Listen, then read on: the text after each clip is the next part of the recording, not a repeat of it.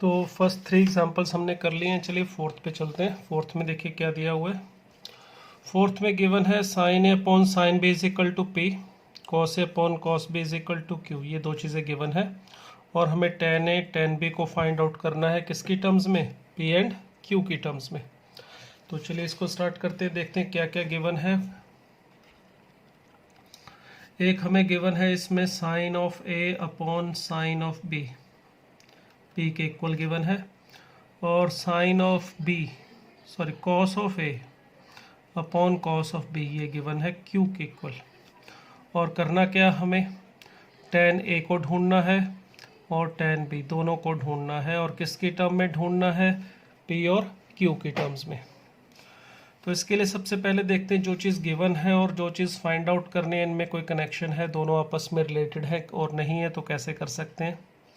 हमें यहाँ साइन और कॉस दे रखा है और टेन के बारे में पूछा, चलो पहले टेन बनाने की कोशिश करते हैं। तो साइन अपॉन कॉस हमें पता है टेन होता है, तो sine A upon cos A, sine B upon cos B, tan A tan B बना सकते हैं। तो इसका मतलब हमें यहाँ से आइडिया मिल रहा है कि पी अपॉन क्यू करें अगर हम, तो जो चीज़ चाहिए वो कुछ मिल सकती है। दोनों को डिवाइड करके देखिए, ten A upon ten B मिल रहा है। क्लियर। तो हमें टेन ए और टेन बी का रेशो मिल गया पी अपॉन क्यू, या इसको ऐसे भी लिख सकता हूँ, tan A upon P is equal to tan of B upon Q. ये देखिए टेन ए और टेन बी की वैल्यू नहीं मिली मगर हमें उसका रेशो मिल गया। रेशो मिल गया मतलब दोनों किसी एक वेरिएबल के साथ फाइंड आउट किए जा सकते हैं। जैसे अगर आपको कहा जाए दो नंबर का रेशो 4:5 है, तो आप कह लेते हो कि वो नंबर 4 के और 5 के होंगे। ठीक है, फर्स्ट वाला 4 के होगा, सेकंड वाला 5 के होगा, और के की वैल्यू मिल जाती है तो हम दोनों नंबर भी बता देते हैं। तो एक्स और वाई अगर रेशो में पता है 4:5 तो हम उसको 4 के और 5 के लिख लेते हैं, और फिर के को ढूंढने से हमें एक्स और वाई दोनों मिल जाते हैं। तो यही काम यहाँ पे करूँ, अगर मुझे दोनों का रेशो पता है पी अपॉन क्यू है, तो मैं इसे क्यू के सॉरी के को लिख लूँ। तो टेन ऑफ पी को मैं लिख सकता हूँ पी के टेन ऑफ ए को, और टेन बी को क्या लिखा जा सकता है, क्यू इंटू के। तो ये देखिए हमें अगर टेन ए और टेन बी ढूंढना है तो बात अटक गई अब के पे आके। अगर के मिल जाए तो हमारी बात बन जाएगी, और के किसकी टर्म में लाना है हमें, पी और क्यू की टर्म में। ठीक है, पी और क्यू की टर्म में हम के को ढूंढ लें तो यहाँ रख देंगे, हमारा काम हो जाएगा। अब उसके लिए वापस चलते हैं, जो इक्वेशन हमें गिवन थी देखते हैं इनको किसी तरह से टेन ए और टेन बी में कहीं और से भी रिलेशन बन सकता है इसका। तो टेन और साइन कॉस में रिलेशन ढूंढने के लिए एक तरीका तो ये था, हमने sine upon cos, cos upon sine, इससे टेन बना लिया। कुछ और रिलेशन भी सोचो जिससे हमें पी और क्यू में कोई और रिलेशन मिल सके। तो टेन में एक रिलेशन तो होता है मगर वो सेक के साथ होता है। कौन सा, sec square theta minus tan square theta is equal to 1। तो टेन थीटा का सेक के साथ रिलेशन होता है, तो सेक कहाँ से आ सकता है, कॉस से, क्योंकि कॉस क्या होता है 1 अपॉन सेक। तो चलो ये कॉस वाले रिलेशन को पकड़ते हैं। Cos A is equal to है Q cos B, cross multiply कर लिया। अब हमें रिलेशन बनाना है सेक में, तो सेक के लिए इसको 1 upon sec A is equal to Q upon sec B ऐसे लिख सकते हैं, या क्रॉस मल्टीप्लाई करके लिख सकता हूँ sec B is equal to Q sec A. Clear. अब हमें पता है सेक स्क्वायर थीटा होता है 1 प्लस टेन स्क्वायर थीटा, तो इसका स्क्वायर चाहिए होगा। उसके लिए पहले तो दोनों तरफ कर देते हैं स्क्वायर, तो लिख सकते हैं sec square B is equal to Q square sec square A. ठीक है, और इसे लिख सकता हूँ 1 प्लस टेन स्क्वायर बी, और इसको लिख सकता हूँ 1 प्लस टेन स्क्वायर ए। देखिए कड़ी के साथ कड़ी जोड़नी पड़ती है, क्या चीज़ गिवन है, क्या फाइंड आउट करनी है। तो ये जो बीच का प्रोसेस है, ऐसा कोई सिस्टमेटिक रूल नहीं होता कि हर बार एक ही चीज़ करनी है। क्वेश्चन को देखना है, उसके हिसाब से फार्मूलों को देखना है, और आपको खुद ही डिसीजन लेना है कि यहाँ से यहाँ तक पहुँचने के लिए क्या रास्ता होगा। ऐसा कोई फिक्स रास्ता नहीं होता, मैं जैसे कर रहा हूँ ज़रूरी नहीं ऐसे होगा, आप कोई और रास्ता भी ढूंढ सकते हो। हर एग्जाम्पल के लिए अलग अलग मेथड्स होते हैं, तो आपको देखना है कि आपको क्या करना है। इस टाइप के एग्जाम्पल प्रैक्टिस से ही आते हैं। अगर आप कुछ प्रैक्टिस करोगे ट्रिग्नोमेट्री के अंदर सभी क्वेश्चन में, जितनी ज़्यादा प्रैक्टिस करोगे उतना आपको आसान लगेगी। फार्मूले याद रखो, सबसे पहले प्रॉपर्टीज़ याद रखो, फिर उसकी एप्लीकेशन के लिए आपको बहुत सारे एग्जाम्पल करने ही पड़ेंगे और कोई इलाज नहीं है इनका यूज़ सीखने का। तो देखिए अब हमारे पास tan A और tan B की वैल्यू P और Q की टर्म में थी, यहाँ पे रख रहा हूँ मैं। तो 1 प्लस tan स्क्वायर B का मतलब Q स्क्वायर K स्क्वायर, हम ढूंढने जा रहे हैं K, इसलिए इसको K में लेके आ रहे हैं। तो Q square into 1 plus tan square A का मतलब P स्क्वायर K स्क्वायर, ठीक है, ये हमें मिल रहा है। तो चलिए K को ढूंढना है, तो K वाली टर्म एक तरफ करें, इसे उठा के उधर ले चलते हैं और 1 को उठा के इधर ले आइए। तो Q स्क्वायर माइनस ये Q स्क्वायर P स्क्वायर, तो ऐसा करते हैं कि ये कॉमन निकाल लेता हूँ, तो 1 minus P square into K square ये मिलेगा और इधर हमारे पास आ जाएगा Q स्क्वायर माइनस 1। तो देखिए K स्क्वायर की वैल्यू मिल रही है हमें Q square minus 1 upon 1 minus P square into Q square, ठीक है, ये K की वैल्यू है। तो K की वैल्यू से K स्क्वायर की वैल्यू से हम K की वैल्यू लिखना चाहें तो स्क्वायर उधर लेके जाएंगे, तो plus minus root of Q और ये Q square minus 1 upon 1 minus P square, ये आ जाएगा, ठीक है। अब ये जो K की वैल्यू है इसकी हेल्प से देखिए हमें tan A मिल गया। tan A कितना था, tan A था हमारा P इंटू K, तो लीजिए यहाँ पे रख दीजिए इसको, plus minus P Q root of Q square minus 1 upon 1 minus P square, ये आ गया। इसी तरह से अगर आपको tan ऑफ B ढूंढना है तो tan ऑफ B किसके इक्वल था, Q इंटू K, तो प्लस माइनस Q स्क्वायर हो जाएगा यहाँ पे root of Q square minus 1 upon 1 minus P square, ये आ गया देखिए, ठीक है। तो ये हमारा 4th एग्जाम्पल हो गया है, उम्मीद है क्लियर हो गया होगा। चलो नेक्स्ट वालों पे चलते हैं। तो ये जो अभी हमने किए 3 एग्जाम्पल 4 एग्जाम्पल, ये ट्रिग्नोमेट्रिक आइडेंटिटीज़ जो हमने 10th क्लास में किए थे उसी से रिलेटेड है, उससे मिलते जुलते हैं, मगर इनके लिए देखिए आपको कोई भी फिक्स मेथड नहीं है जो मैंने सभी में सेम यूज़ किया हो। जो भी एग्जाम्पल है उसको देख के ही डिसाइड होता है कि कैसे किया जाता है। तो ऐसे बहुत सारे एग्जाम्पल आपको करने होंगे, सीखने होंगे, इनका यूज़ एप्लीकेशन, तभी आप इसको आसानी से कर पाओगे। कोई भी सीधा फार्मूला सीधा रूल नहीं है कि किसी भी क्वेश्चन में ऐसे किया और ऐसे किया और ये आंसर आ गया, नहीं। हर एग्जाम्पल में जो भी इंफॉर्मेशन गिवन है उसको ढंग से एनालाइज करके जो चीज़ फाइंड आउट करनी है वहाँ तक पहुँचने के लिए मेथड आपको ढूंढना ही पड़ेगा। ये आपको थोड़ा दिमाग यूज़ करना पड़ेगा, कोई रटा रटाया मेथड इसमें नहीं होता है। बस आपको जानकारी होनी चाहिए फंडामेंटल फार्मूलाज, जो बेसिक्स फार्मूलाज उनकी, और एप्लीकेशन आपको खुद ही सीखनी पड़ती है। चलिए नेक्स्ट हम एग्जांपल करते हैं। एग्जांपल नंबर 5 क्या है देखिए, इसमें अब कुछ रेंज के एग्जांपल लेते हैं।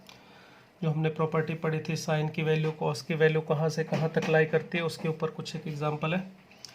इसमें कहा गया है sine square theta plus cos power 4 theta, इसकी रेंज फाइंड आउट करनी है। रेंज का मतलब इसकी वैल्यू कहाँ से कहाँ तक लाई करती है। तो इसके लिए इसे कुछ नाम दे लेते हैं हम। Sine square theta plus cos power 4 theta को कुछ लिख लेते हैं, चलिए ए लिख लेते हैं।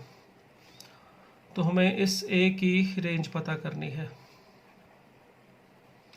अब रेंज का मतलब इसकी वैल्यू कहाँ से कहाँ तक लाई करती है उसको पता करने के लिए सोचो हमारे पास क्या क्या इन्फॉर्मेशन है, हमें क्या क्या चीज़ें पता है। साइन थीटा और कॉस थीटा के वैल्यू के बारे में पता है कि ये -1 और 1 के बीच में लाई करती है, ठीक है, क्योंकि ये दोनों यहाँ दिखाई दे रहे हैं। और हमें पता है इनके स्क्वायर के बारे में भी, साइन स्क्वायर थीटा की वैल्यू भी 0 से 1 के बीच में लाई करेगी, कॉस स्क्वायर थीटा की वैल्यू भी 0 से 1 के बीच में लाई करेगी। तो जो जो चीज़ें हमें पता है इसको सॉल्व करने के लिए उसके बारे में रेंज के लिए पूछा गया है। तो रेंज के बारे में जो जो चीज़ें पता है उसे दिमाग में एक बार ले आइए, फिर इसका यूज़ कैसे करना है देखते हैं। सॉरी, यहाँ पर देखिए ये हमारे पास दो चीज़ें दिखाई दे रही हैं, साइन स्क्वायर और कॉस पावर 4। तो यहाँ पर ऐसा नहीं है कि इसके बारे में पता है और इसके बारे में पता है, इसकी वैल्यू 0 से 1 है, इसके बारे में पता है, तो दोनों को ऐड कर देंगे तो रेंज आ जाएगी। ऐसा नहीं होता है। अगर हमें फर्स्ट वैल्यू पता है कहाँ से कहाँ तक लाई कर रही है, सेकंड वाली भी पता है, तो इससे ये नहीं होता कि दोनों का सम करो तो उससे आपको दोनों की मैक्सिमम और मिनिमम वैल्यू मिल जाए, ऐसा कोई रूल नहीं होता है। तो सबसे पहले क्या करो, आप इसको किसी एक में कन्वर्ट करने की कोशिश करो ताकि दोनों अलग अलग चीज़ें ना हो, एक जैसी मिले। तो या तो इसको साइन स्क्वायर को cos पावर 4 यानी cos साइन को cos में बदलो या cos को साइन में, जो चाहो आपके काम कर सकते हो। तो यहाँ पे मैं साइन स्क्वायर थीटा को लिख लेता हूँ 1 माइनस कॉस स्क्वायर थीटा, और ये cos power 4 theta as it is. ठीक है, तो देखिए अब हमारे पास कम से कम ये तो हो गया कि दोनों cos दिखाई दे रहे हैं। अब cos के बारे में पता है, cos की वैल्यू भी पता है और cos स्क्वायर की वैल्यू भी पता है 0 से 1। अब इसका यूज़ करो, मगर उसमें भी फिर भी वही प्रॉब्लम, इन दोनों को इकट्ठा करने की कोशिश करता हूँ मैं। कैसे करूँगा देखिए हमने ट्रिग्नोमेट क्वाड्रेटिक इक्वेशन में 10th क्लास में कंप्लीटिंग स्क्वायर फार्मूला जो मेथड था वो यूज किया था, उसको मैं यहाँ पे यूज़ कर रहा हूँ। सबसे पहले हम इसमें स्क्वायर कंप्लीट करने के लिए देखेंगे तो कॉस स्क्वायर को टी समझूं तो ये क्वाड्रेटिक इक्वेशन है कुछ ऐसे 1 minus T plus T square. T का मतलब क्या है, कॉस स्क्वायर।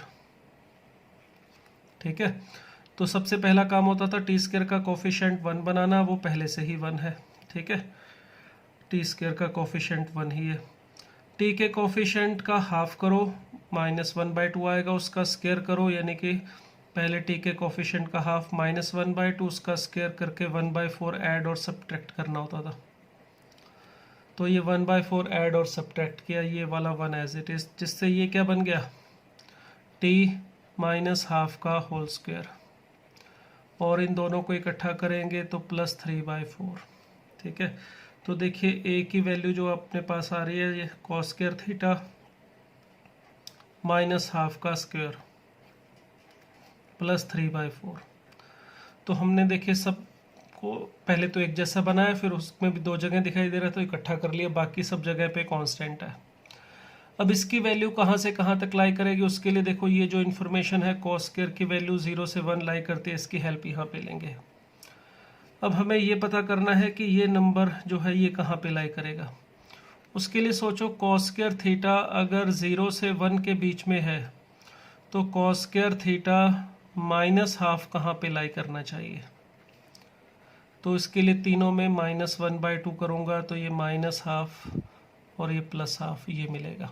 ठीक है, अब इसका स्क्वायर पता करते, तो कॉस स्क्वायर थीटा -हाफ अगर इस रीजन में लाई करता है तो इसका स्क्वायर कहाँ पे लाई करना चाहिए। तो एक यह बात ध्यान रखें, अगर कोई नंबर -a और +a के बीच में लाई करता हो, यहाँ पे देखिए, अब इसमें स्क्वायर कैसे किया जाएगा। अगर कोई नंबर इस इंटरवल में है -a से +a के बीच में, तो उसका स्क्वायर सीधा नहीं करना कि जो इसका भी स्क्वायर कर दिया, इसका भी कर दिया, इसका भी कर दिया। जब अगर नंबर हमारे a b c तीनों के तीनों पॉजिटिव हो तो आप स्क्वायर कर सकते हो, कोई समस्या नहीं है। आप इसको ऐसे लिख सकते हो a² b² c²।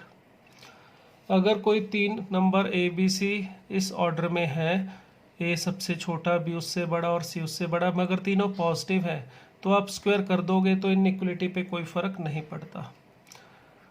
अगर तीनों नंबर इस ऑर्डर में हैं और नेगेटिव हैं तो भी आप स्क्वायर कर सकते हो, मगर उस केस में स्क्वायर करने से साइन बदल जाता है, जैसे a² b² c² और ये 0, ये रूल होता है इनइक्वलिटी का। अगर पता है तो अच्छी बात है, नहीं तो याद रखिएगा। बट अगर नंबर एक पॉजिटिव और एक नेगेटिव है, जैसे x हमारा a और b के बीच में है और a और b में से ये नेगेटिव है और ये पॉजिटिव है, तो आपका x जो है वो पता नहीं पॉजिटिव होगा या नेगेटिव होगा। जैसे यहाँ पे ये नंबर -हाफ और +हाफ के बीच में है, तो ये पॉजिटिव भी हो सकता है और नेगेटिव भी हो सकता है, तो ऐसे केस में स्क्वायर करना अलाउड नहीं होता। अब सोचो कि अगर कोई नंबर एक नेगेटिव और एक पॉजिटिव नंबर के बीच में है, जैसे कोई नंबर है हमारा x, वो है -2 और 3 के बीच में। अगर x -2 और 3 के बीच में हो तो x² कहाँ से कहाँ तक जाएगा, इसके बारे में सोचना है। तो बहुत ही सिंपल सा तरीका है, देखिए x² की वैल्यू कहाँ से कहाँ तक जाएगी। जब x 0 से 3 के बीच में होगा, जो नंबर 0 से 3 के बीच में होंगे उनका स्क्वायर करोगे तो 0 से 9 के बीच में आएगा, और जो नंबर 0 से -2 के बीच में होंगे उनका स्क्वायर करके 0 से 4 के बीच में आना चाहिए। तो सभी नंबर का स्क्वायर कम से कम 0 आएगा, इससे नीचे नहीं जाएगा। जब x 0 होगा तो स्क्वायर 0 आएगा। इन नंबर का स्क्वायर 0 से 9 और इनका स्क्वायर 0 से 4 जा रहा है, तो सभी नंबर के स्क्वायर की बात करें तो वो 0 से 9 के बीच में जा रहा है। तो मतलब अगर हमारा एक नेगेटिव और एक पॉजिटिव नंबर है लेफ्ट राइट साइड में, और बीच का नंबर जो वेरिएबल है उसका स्क्वायर पता करना है कहाँ तक जाएगा, तो इसके स्क्वायर की मिनिमम वैल्यू तो 0 होगी और मैक्सिमम वैल्यू कौन सी होगी, इन दोनों में से जिसका स्क्वायर ज़्यादा होगा वहाँ तक। अगर ये -2 से 3 है तो 3 का स्क्वायर है 9। अगर यहीं पर बोला जाता है x -3 से 2 के बीच में है, चलो -4 से 3 के बीच में है, तो उस केस में जो नंबर है अगर x इस रीजन में है तो x स्क्वायर के लिए देखिए जो स्क्वायर करोगे 0 से 3 तक उनका स्क्वायर तो 0 से 9 जाएगा। जो 0 से -4 वाले नंबर होंगे उनका स्क्वायर 0 से 16 जाएगा। तो सभी नंबर के स्क्वायर की बात करूंगा तो 0 से 16, यानी अगर एक नंबर पॉजिटिव इधर लेफ्ट साइड में और इधर नेगेटिव इधर पॉजिटिव है तो स्क्वायर की मिनिमम वैल्यू तो 0 होगी। मैक्सिमम वैल्यू क्या होगी, जो दोनों में बड़ा नंबर है उसका स्क्वायर देख लो वहाँ तक जाएगा। अगर अब यहाँ पे इस केस में देखें दोनों नंबर ही सेम है, स्क्वायर करने पर 1/4 ही आएगा। ठीक है, तो कॉस स्क्वायर थीटा की वैल्यू कहाँ से कहाँ तक लाई करेगी, 0 से 3/4। तो इसका मतलब cos square theta minus half के स्क्वायर की वैल्यू 0 से हाफ 1/4 के बीच में लाई कर रही है। प्लस 3/4 कर दूं तो 3/4 और इसमें 1/4 ऐड करूंगा तो 1। तो ये देखिए ए जो हमारे पास है, यहाँ पर हमने प्लस 3/4 करना था, प्लस 3/4। तो इसकी वैल्यू इन तीनों में प्लस 3/4 कर रहा हूँ, यहाँ पे 3/4 इसमें भी ऐड कर दिया, प्लस 3/4 इसमें किया और प्लस 3/4 इसमें कर रहा हूँ। तो यहाँ पर आएगा 0 + 3/4, ये cos square theta minus half का स्क्वायर प्लस 3/4 और यहाँ पर 3/4 प्लस 1/4 यानी कि 1। तो ए की मिनिमम वैल्यू आएगी 3/4 और मैक्सिमम वैल्यू कितनी आएगी 1। तो इसका मतलब इस ए की जो रेंज है वो आ रही है 3/4 से 1। उम्मीद है क्लियर हो गया होगा ये। चलिए एक और एग्जांपल करते हैं, ये था हमारा 5th। 6th पे चलते हैं, क्या दिया है इसमें देखें। 6th में हमें कहा है prove that sec square theta plus cos square theta greater than equal to 4 होगा। तो इन दोनों का सम 4 से बड़ा या बराबर, बराबर भी दिया इक्वल टू भी दिया, तो ये प्रूव करने के लिए कहा है। तो इसके लिए देखिए कैसे करेंगे। प्रूव दैट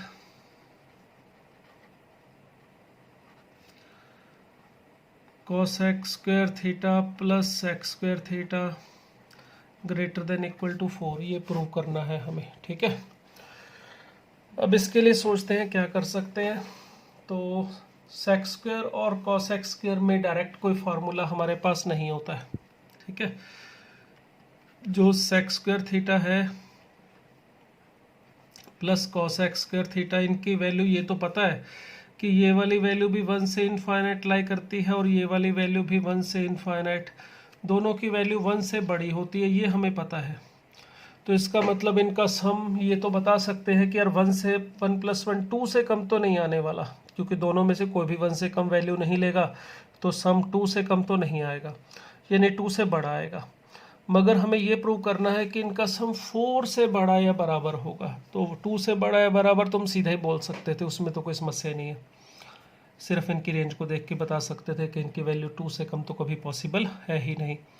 मगर 4 से कम नहीं है तो इसका इंतज़ाम करना पड़ेगा।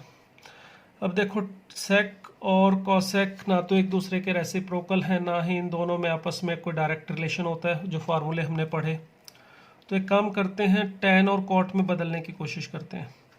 तो sec स्क्वायर थीटा को लिख सकता हूँ मैं 1 + tan स्क्वायर थीटा, और इसको लिख सकता हूँ 1 + cot स्क्वायर थीटा। ठीक है, इससे कम से कम ये हो गया कि जो tan स्क्वायर थीटा और cot स्क्वायर थीटा है ये आपस में कुछ कनेक्टेड तो हैं, एक दूसरे का रेसिप्रोकल तो है। तो +2 ये मिला हमें। ठीक है, इसको कुछ नाम दे लेता हूँ, वैसे ही a लिख लेते हैं। तो a की जो वैल्यू है वो इस तरह से आ रही है। अब अगर इसको आप समझना चाहें तो ऐसे भी समझ सकते हैं कि ये tan theta plus cot theta का होल स्क्वायर है। देखो a² + b² + 2 है, मगर इसको साथ में tan theta into cot theta भी समझ सकते हो, मतलब tan square theta plus cot square theta plus 2 था। 2 को tan theta into cot theta ऐसे भी लिख सकता हूँ क्योंकि कैंसिल होके 1 ही आएगा। मगर इससे बात नहीं बन रही भाई हमारे, ये परफेक्ट स्क्वायर है तो ठीक है, परफेक्ट स्क्वायर है तो ये 0 से बड़ा होगा भाई, 2 से बड़ा तो हम पहले ही कह रहे थे, उसमें तो कोई बात ही नहीं है। तो 2 से बड़ा तो ये पहले से ही था। अब अगर हम ये बोल देंगे 0 से बड़ा है तो इससे क्या फ़र्क पड़ा, कुछ भी नहीं। हमें करना है इसको greater than equal to 4 prove, तो 4 लाने की कोशिश करते हैं। तो कैसे आएगा देखिए 4, अगर मैं यहाँ पे इसको tan square theta plus cot square theta plus 2 को ऐसे लिखते हूँ -2 प्लस 4, इससे क्या होगा, अब इससे होगा ये कि ये जो a था हमारा tan square theta plus cot square theta -2 था और प्लस 4, इस 2 को इसी तरह से tan theta minus cot theta समझ सकते हो, ये -2 tan थीटा कॉट थीटा समझ सकते हो।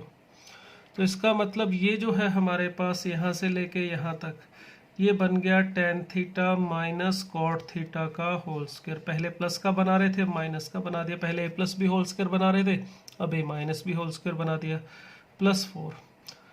ठीक है, तो ये परफेक्ट स्क्वायर में कन्वर्ट करने के लिए हमने किया, वो पहले भी था मगर जो चीज़ प्रूव करनी है उसके लिए हमें फिर इस तरह से करना पड़ा। अब हमें पता है कि ये परफेक्ट स्क्वायर है, तो किसी भी रियल नंबर का स्क्वायर हो हमें पता है वो 0 से कम तो होगा नहीं। tan theta minus cot theta का जो स्क्वायर है वो 0 या उससे बड़ा ही पॉसिबल है, उससे कम तो आ नहीं सकता। परफेक्ट स्क्वायर है रियल नंबर का, तो वो 0 या 0 से बड़ा होगा, तो ये +4 है, तो इसका मतलब ये वाली वैल्यू हमारी 4 या उससे बड़ी ही होगी। तो ये देखिए ये हमें प्रूव करना था, तो थोड़ी सी जुगाड़ लगाना पड़ता है, जो चीज़ प्रूव करनी है उसके लिए कुछ नई चीज़ इन्वेंट करनी पड़ती है, कुछ सोचना पड़ता है, वो आपको गिवन नहीं होगा कि इसको ऐसे ही करना है, ये आप प्रैक्टिस करोगे तो आपको आइडिया आने लगेगा। तो इसीलिए मैं इतने सारे एग्जांपल करवा रहा हूँ ताकि आपके माइंड में आइडियाज़ जो हैं वो जनरेट होने शुरू हो जाए। आइडियाज़ अगर आएंगे, नई नई चीज़ें सोचोगे तो आपको पता चलेगा कि किस तरह से इनका यूज़ करना है। चलिए नेक्स्ट एग्जाम्पल पे चलते हैं, एग्जाम्पल नंबर 7। तो एग्जाम्पल नंबर 7 में देखिए क्या दिया हुआ है, कॉट थीटा दिया था -5/12 और साइन थीटा और tan थीटा को फाइंड आउट करने के लिए कहा है हमें। ठीक है, सिंपल सा एग्जाम्पल है, cos थीटा गिवन है हमें कितना, -5/12, और हमें फाइंड आउट क्या करने के लिए कहा है, tan थीटा और साइन थीटा, ये दोनों वैल्यूज़ हमें फाइंड आउट करनी है। अब कैसे फाइंड आउट करेंगे इसको देखिए, cos थीटा की वैल्यू है -5/12, तो साइन थीटा को फाइंड आउट करना है, तो sine square theta 1 minus cos square theta के इक्वल होता है, और 1 माइनस कॉस स्क्वायर थीटा का मतलब 25 कितना 144। ठीक है, यही आएगा, 5/12 है, तो ये हमारे पास 5/12 नहीं, चलो 13 ले लेते हैं, थोड़ा कैलकुलेशन आसान करने के लिए। वैसे तो 5/12 से भी आंसर आ जाएगा, मैं कैलकुलेशन आसान करने के लिए थोड़ा कॉम्प्लिकेटेड ना हो तो एक काम करता हूँ, यहाँ पे 5/13 ले लेता हूँ, -5/13। कैलकुलेशन न्यूमेरिकल वैल्यूज़ थोड़ी इजी आ जाएंगे, नहीं तो हो तो इससे भी जाएगा, वैल्यूज़ थोड़ी सी कॉम्प्लिकेटेड आएंगी और तो कुछ खास बात नहीं है। तो यहाँ पर 169 होने से फ़ायदा ये होगा 144/169 किसकी वैल्यू आएगी, साइन स्क्वायर थीटा की। तो साइन थीटा की वैल्यू आएगी यहाँ से ±12/13। ठीक है, दो वैल्यूज़ आ रही हैं, कौन सी लेनी है वो भी सोचना पड़ेगा। अभी देखिए पूरी बात करेंगे, सिर्फ ऐसे नहीं कि ये आंसर आ गया है। उसी तरह से अगर हमें tan थीटा ढूंढना है तो tan थीटा होता है हमारा sine theta by cos theta, तो इसमें भी दो आंसर आएंगे। अब कौन सा आंसर कैसे आएगा इसके बारे में थोड़ा सा सोचिए।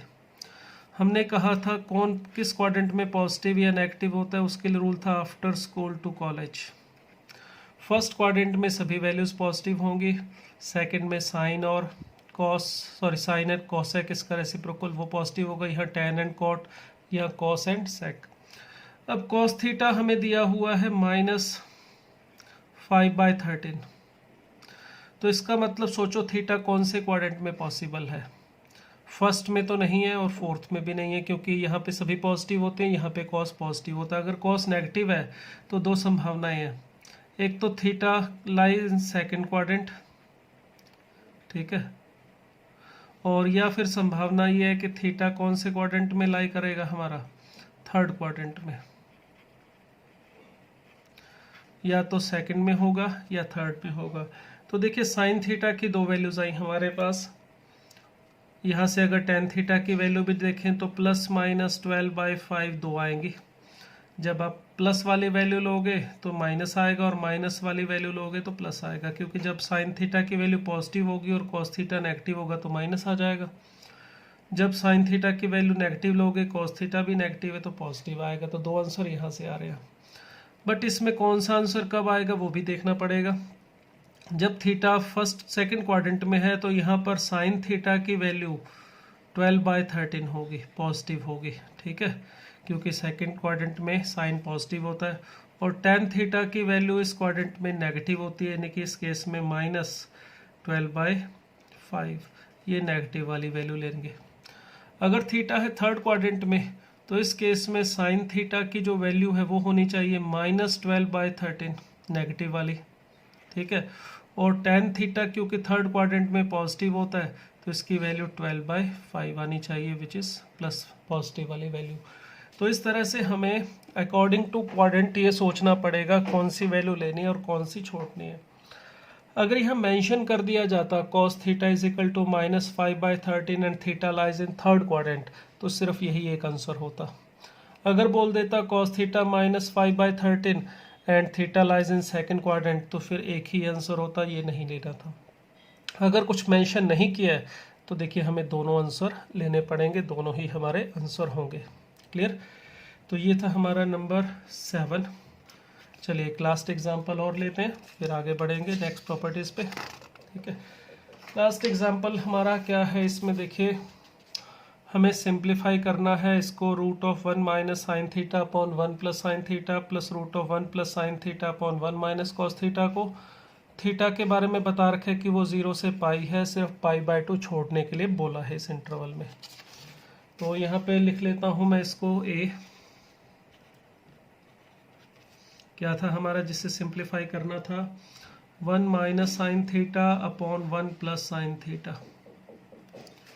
प्लस √1 + sin थीटा ऊपर और नीचे है 1 - sin थीटा।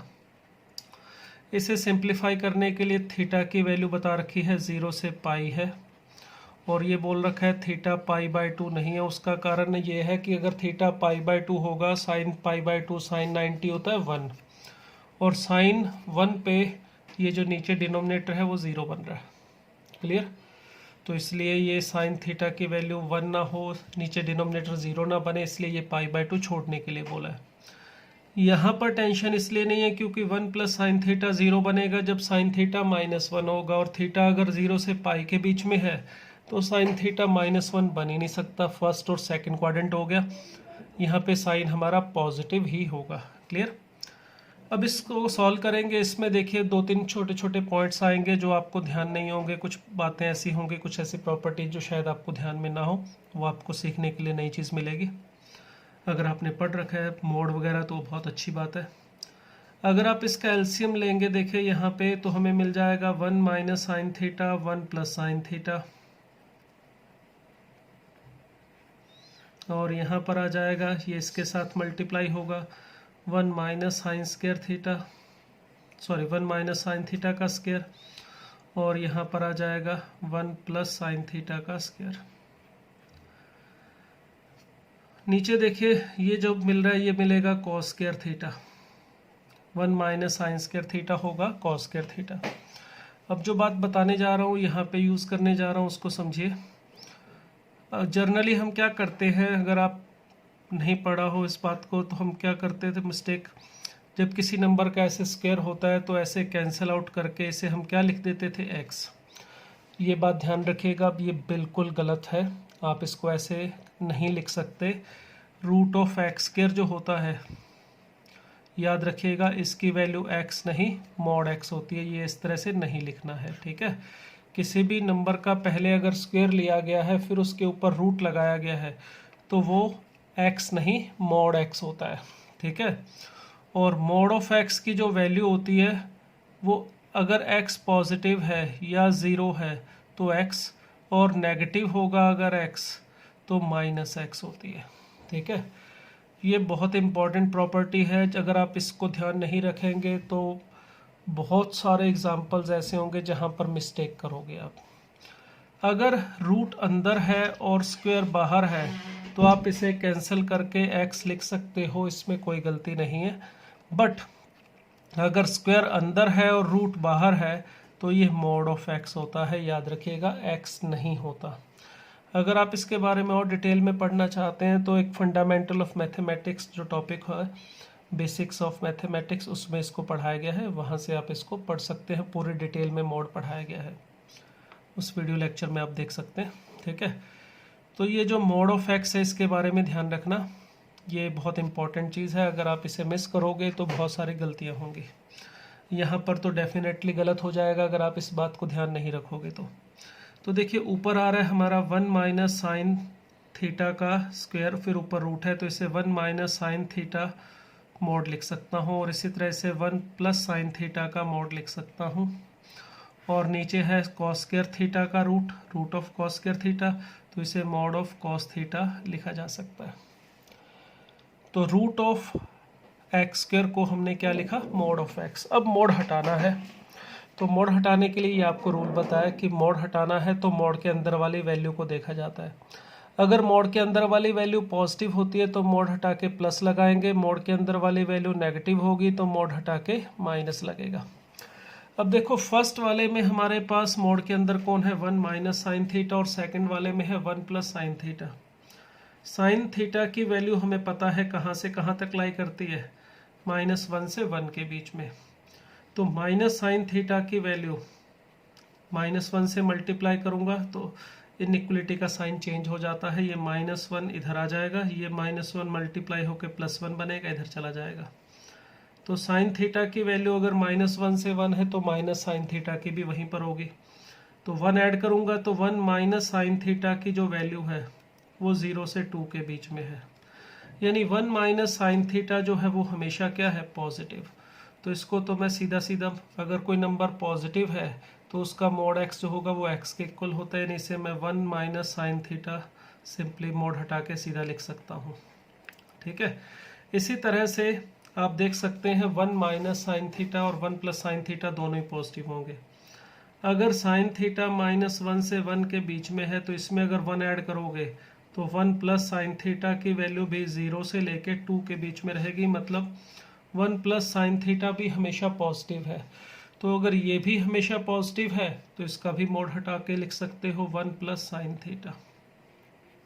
ठीक है, अब ज़रा नीचे वाले के बारे में सोचते हैं। मैं एक बार तो इसको एज इट इज़ लिख लेता हूँ इसके लिए, क्योंकि मुझे सिर्फ 2 केस बनाने पड़ेंगे। अब देखिए जो कॉस थीटा है इसने इंटरवल दिया हुआ है 0 से पाई, और हमें कॉस थीटा के बारे में पता है कॉस थीटा पॉजिटिव कहाँ पर होगा, अगर थीटा की वैल्यू 0 से π/2 के बीच में ली जाए।